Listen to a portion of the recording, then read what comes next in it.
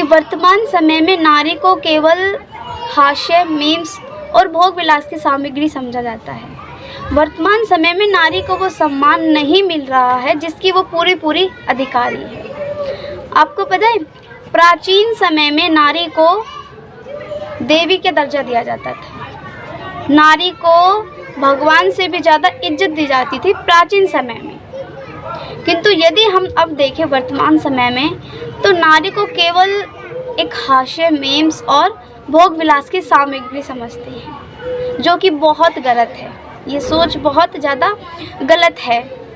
जो भी मनुष्य नारी का अपमान करता है, नारी की निंदा करता है, वो व्यक्ति मिट्टी में मिल जाता है। उसका जीवन पतन की ओर चला जाता है, चाहे फिर वो कितना भी बड़ा बलवान योद्धा ही क्यों ना हो। किंतु यदि वो नारी का अपमान करेगा तो वो भी मिट्टी में मिल जाएगा।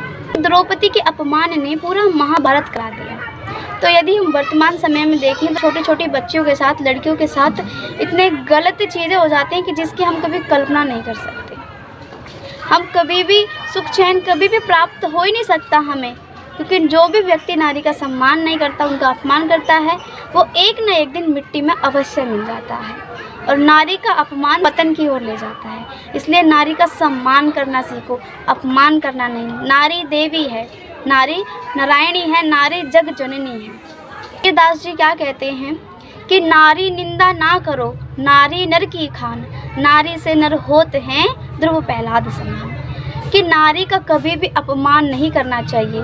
वह जगत जननी होती है। नारी से ही ध्रुव प्रहलाद जैसे भक्त जन्म लेते हैं, नारी से ही राम कृष्ण जैसे अवतारी पैदा होते हैं, और नारी से ही संत, महात्मा, पीर, पैगंबर, कबीर ऐसे संत जन्म लेते हैं। और नारी की ही देन है जो आप इस संसार में अभी बैठे हैं। तो इसलिए नारी का अपमान नहीं, नारी का सम्मान करना सीखो।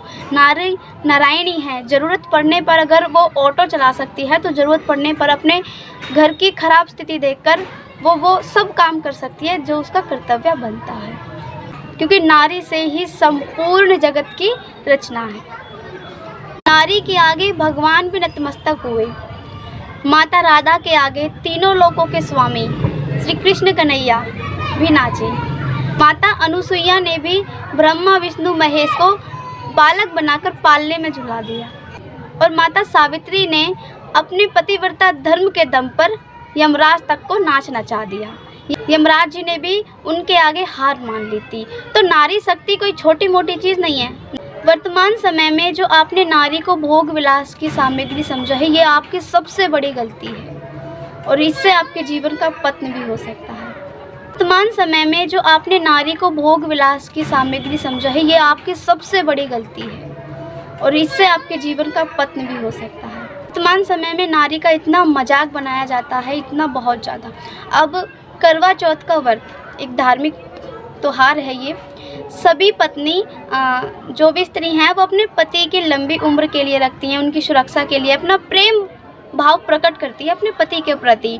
तो लोग बाग क्या करते हैं, इस धार्मिक त्योहार का भी वो हंसी मजाक खूब उड़ाते हैं। गंदी गंदी वीडियो, मीम्स की वीडियो, करवा चौथ की कोई गलत वीडियो, ऐसी नारी के मतलब अपमान करते हैं। फ़ोटो वीडियो पोस्ट द्वारा अपमान करते हैं कि करवा चौथ आ रहा है तो खूब मीम्स की वीडियो बनाई जाएंगी, खूब गलत वीडियो बनाई जाएंगी करवा चौथ के प्रति। जबकि एक पत्नी अपने पति के लिए अपना प्रेम भाव प्रकट करती है, अपने पति की सुरक्षा के लिए वो हर एक तरह का प्रयास करती है। बेचारी भूखी प्यासी रहती है, अपने पति की सुरक्षा के लिए, उसकी लंबी उम्र के लिए वो अपना प्रेम भाव प्रकट करती है अपने पति के प्रति। लेकिन लोगों ने जो इस व्रत का, इस धार्मिक त्योहार का जो मजाक बनाया है, इसकी मैंने तो कभी कल्पना ही नहीं की थी। दुर्योधन ने द्रौपदी का अपमान किया था, तो दुर्योधन के साथ जितने भी योद्धा थे, जितने भी दुर्योधन के पक्ष में थे, वो सब मारे गए, सब मिट्टी में मिल गए। इसीलिए कहते हैं कि भाई नारी का अपमान समाज की पतन की ओर ले जाता है। इसलिए नारी का अपमान नहीं, सम्मान करना सीखो। आप ये देखो कि स्त्री के आगे, नारी के आगे स्वयं भगवान भी नतमस्तक हुए। माता राधा के आगे श्री कृष्ण कन्हैया नाच गए। माता अनुसुईया ने ब्रह्मा, विष्णु, महेश को बालक बनाकर पालने में झुला दिया। माता सावित्री ने अपने पतिव्रता धर्म के दम पर यमराज तक को नाच नचा दिया। तो आप यहाँ से अनुभव करो कि नारी शक्ति कोई छोटी मोटी चीज़ नहीं है। नारी नारायणी है, जरूरत पड़ने पर वो काली भी बन सकती है।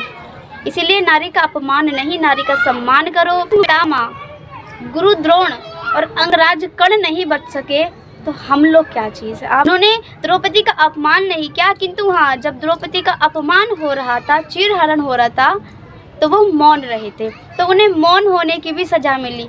इसीलिए यदि जब भी नारी का अपमान होता है और आप घर में चुपचाप रहते हैं तो इसकी भी आपको पूरी सज़ा मिलेगी, आप भी सज़ा के हकदारी बनोगे।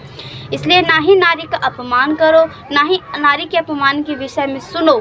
जहाँ नारी का अपमान हो वहाँ नारी के लिए खड़े हो जाओ कि भाई नहीं, ऐसे बात नहीं।